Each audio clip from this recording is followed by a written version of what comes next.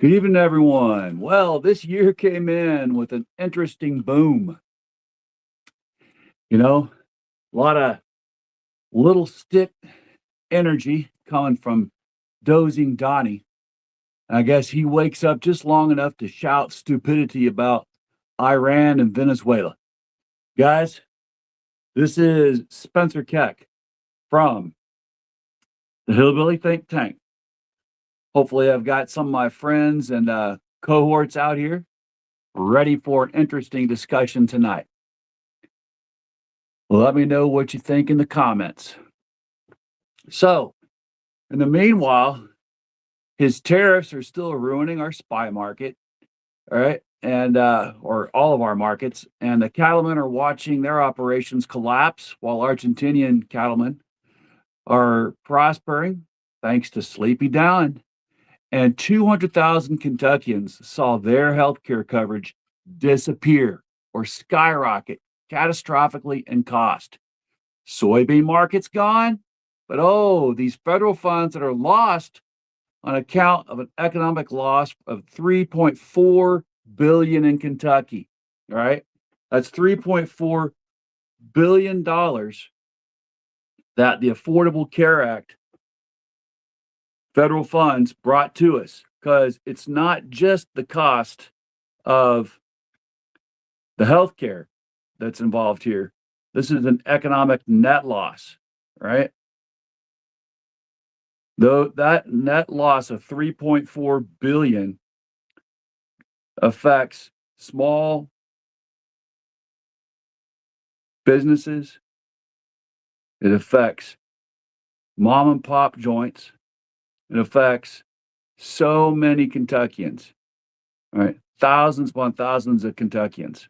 But it also hits our jobs and infrastructure, right? Those federal dollars support entire healthcare industry here in the state, including construction workers, retail and food service, where healthcare workers spend their salaries, meaning the cuts result in job losses across several sectors. Just imagine that. A lot of our small Kentucky towns in this state, the only things they got going when it comes to the economy is teachers in public schools and your county hospital, your small town hospital. When those nurses, doctors, phlebotomists, CNAs, they're not getting paid, they're not going out of the hospital to spend their paycheck in the local economy. You shut those hospitals down now that the Affordable Care Act subsidies are gone, and we're wrecking whole economies across this state. So this is what we got to think about, right? But in the meantime, again, while we're sinking the soybean market due to the tariffs, we're making Argentina great again by helping out their beef industry while letting ours go to the wayside. In the same time, in the past few days in this new year, the U.S. has sunk more small boats that Southern Command claims were carrying narcotics. All right. This has killed at least 8 people with no evidence provided that the boats were carrying narcotics. Each AGM 114 Hellfire missile used cost 220,000 taxpayer dollars for a total of 100,100,000. I'm sorry, 700 million. It's going to be the big toss in a bit when we talk about the overall cost. But just in the last few days, 5 strikes, right? If they only use 1 missile apiece, yeah, then we're looking at 1,100,000.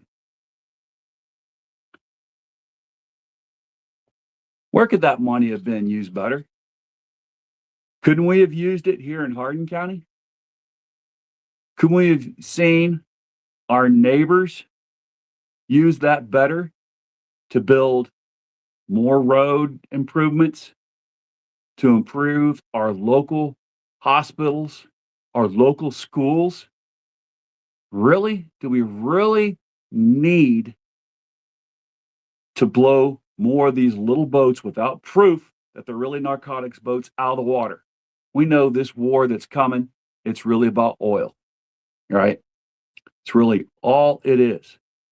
Can't convince me it's anything more, especially when we're seizing those tankers. But again, we've sunk 5 small boats, no proof that they're carrying narcotics, killed at least 8 people, and the cost is exorbitant just for these 5 strikes. We know we've done more than that since this started in 2025, right?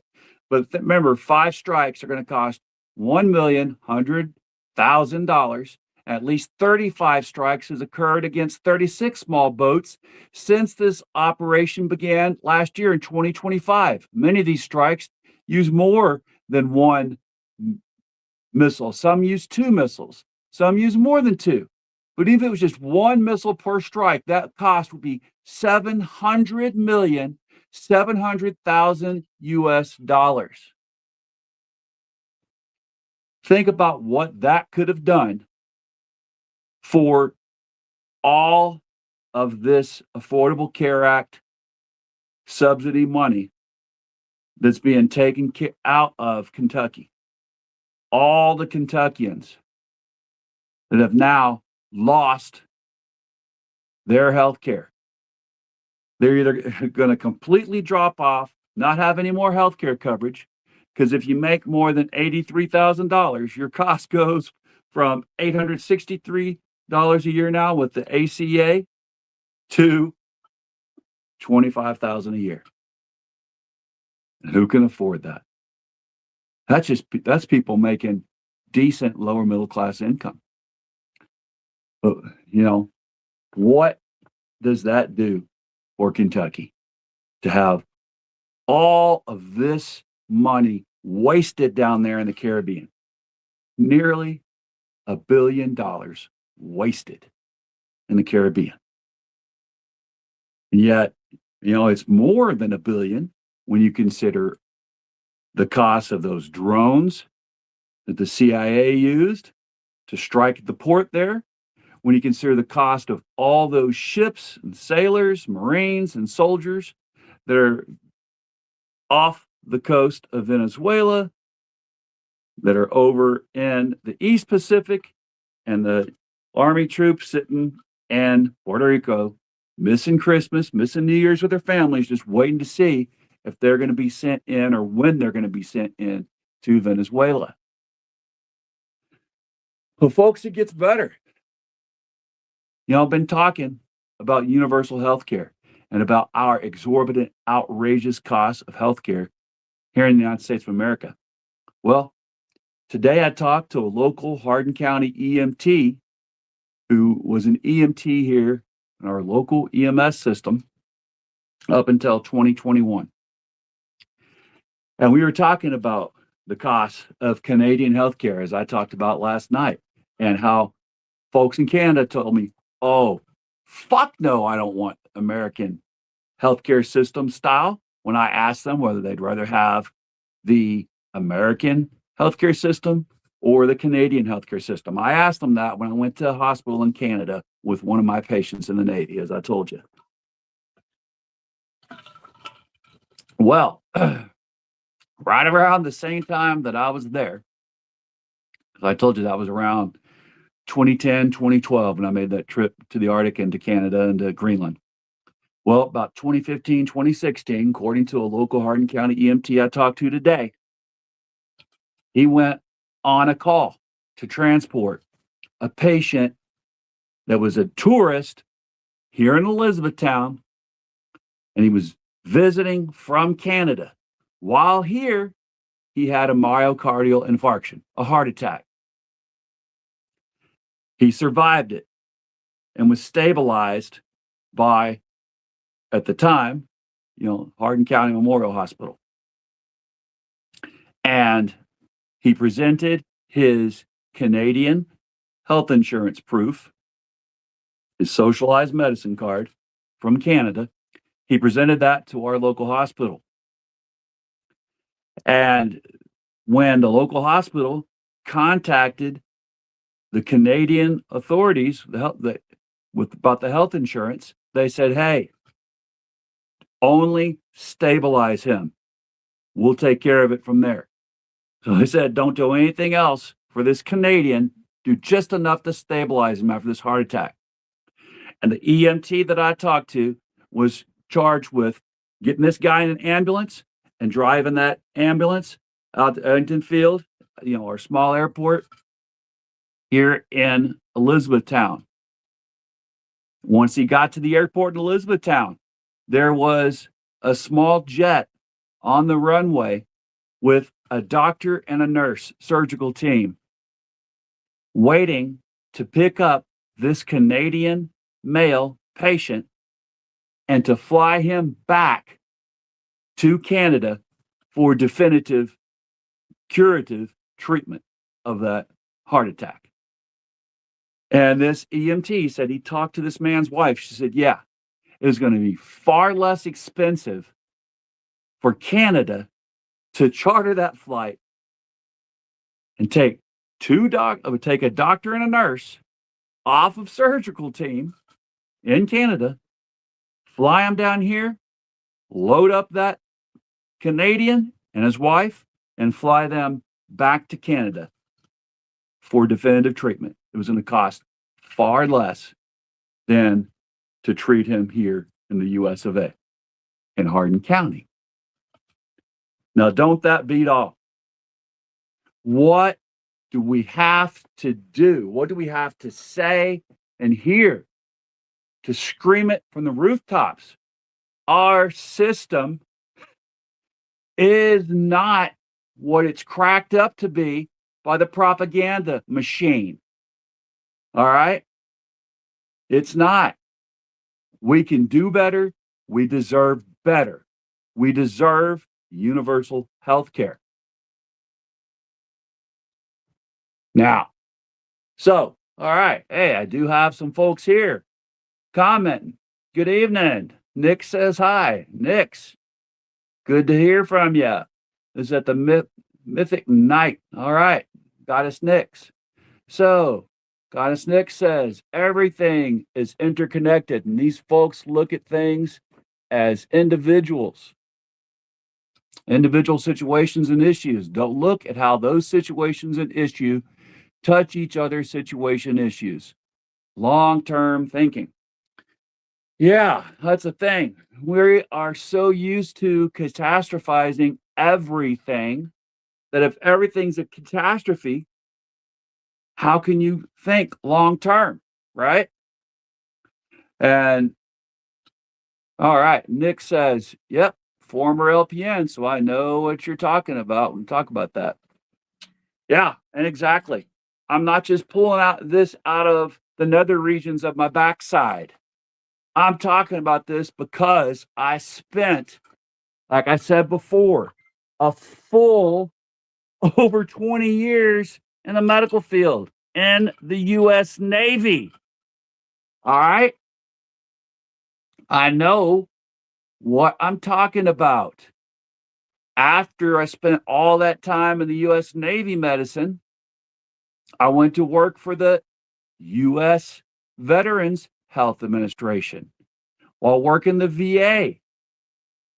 Hey, I, still got to see our system inside and out, outside the military, but still federal. Saw the VA. To this day, I still use the VA for 99.9% of my medical care. So, do I like my federal care? I sure as heck do. I like not having any co-payments. Now, it took me having to get severely damaged in my body through my whole career in the military for me to be able to get 100% disability and to get that free health care. But I think every hard-working American should have the same quality care that I get. I don't think if you're a struggling farmer, cattleman here in Hardin County, if you're struggling, like I know most of you are, I don't think you should have to worry about whether a catastrophic illness is going to be the thing that's going to cost you so much you'll lose your family farm. No way in hell should that happen.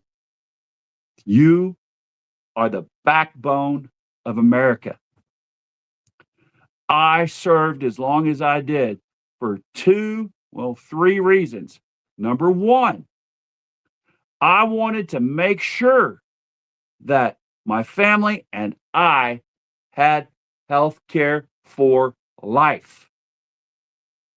I get that with my VA care. My family gets TRICARE as well as I do, but I don't use that because I have copays with that. And I don't with my VA care. When my wife had cancer, you got to understand the VA and TRICARE is only considered to be a benefit. It's not considered to be health insurance. So it's always secondary if my wife has any other form of health insurance. So when she got cancer, TRICARE didn't cover but a small portion of her costs. So that's another story, but it's still something we should think about. Now, I think that everyone should get full coverage care. A $25, $50 copay, most Americans could live with that. And if you can't, we should have something to cover that. You know, so the EMT told me, he asked the wife of the guy who had the heart attack, he said, how much is it going to cost to fly you, your husband, this Canadian doctor, and this Canadian nurse back to Canada for your husband to get his treatment for this heart attack he got here in Elizabethtown? And they said, a $50 copay. Don't that beat all? So still, it was far cheaper for this guy to be flown back after a heart attack, for them to come down from Canada, grab him on a plane from Canada, fly him back to Canada, and treat him in Canada. It was going to be cheaper, and it was only going to cost him $50 copay. Virgil, you said, yes, I get full VA, 100% compensation. Yep. Someone else here knows what I'm talking about. Now, like anything, are there hiccups in my VA care? Have there been? I haven't had any yet, but I've got friends who've talked about them having some. But I've had lots of surgeries, lots of ER visits, well, at least a handful since I started using the VA care back after I retired. You know, when I retired in 2014 and got 90% rating in 2015. So, you know, by the time I got 100% just few years ago, yeah, I have not had any real complaint. But one time, or twice, I had a really bad PA in Montana that worked at an ER there. That's the only time I've had problem with the VA care. Rest of the time, when a civilian ER missed that my back was broken when a car T-boned me on my motorcycle, civilian hospital missed it. The civilian ER doctor missed it, even though his radiation technologist tried to tell him, hey, the x-rays say he didn't have anything broken. Why don't we do a CT? He poo-pooed it. It wasn't until weeks later when I went back for a follow-up with my VA doc. The VA doc said, hey, why didn't I get a CT? Let's get a CT. Let's get some more x-rays. Found out, yeah, I had broken ribs, broken back, and fluid on my lungs that the civilian doctor missed. But the VA caught and fixed everything that was going wrong. All right, Jonathan, good to see you here. Since Doge, the wait times have increased. Thank you. Another thing that no one's talking about, they want to kill. When I say they, the Republican administration right now, MAGA wants to destroy our VA healthcare. And when Doge came running through it like a bull in a china shop, that's what they've done. Not only have our wait times increased because they laid off lots of folks, and then right after that layoff came the shutdown, and they pushed even more people out into the side, made everything get behind. But again, that's because folks are voting for the R, as if the folks with the R by their name give a fuck about us little guys. They don't. How are we going to change this? You're not going to change it by voting for the R anymore. Those guardians of pedophiles, the GOP, they don't give a fuck about anything but protecting their precious orange man from prosecution for pedophilia and all his friends. That's the way it is. Open up these Epstein files, and in the meantime, vote them out. Get rid of all these Republicans that are trying to take us back to where now 200,000 Kentuckians, like I said, are either off of healthcare insurance or it's gone so exorbitantly high that they're not going to be able to afford it. This is a travesty. And it's time for us to get rid of these goddamned grand old party members. They're not that anymore. Again, it's guardians of the pedophile. We got to get them out of there. Get those corporate Democrats out while we're at it too. Only give us folks who care about America and will give us universal health care. And open up the Epstein files while we're at it. All right, y'all. Thanks for tuning in. I appreciate seeing you, Virgil, Jonathan, Nix. We're almost there. Manum, hey, good to see you. Again, this is all about we've got to get rid of that little stick energy there in Sleeping Dawn. All right? He doesn't talk softly, carry a big stick. Now he got a very short stick. And he talks very loud and stupid. We've got to end it.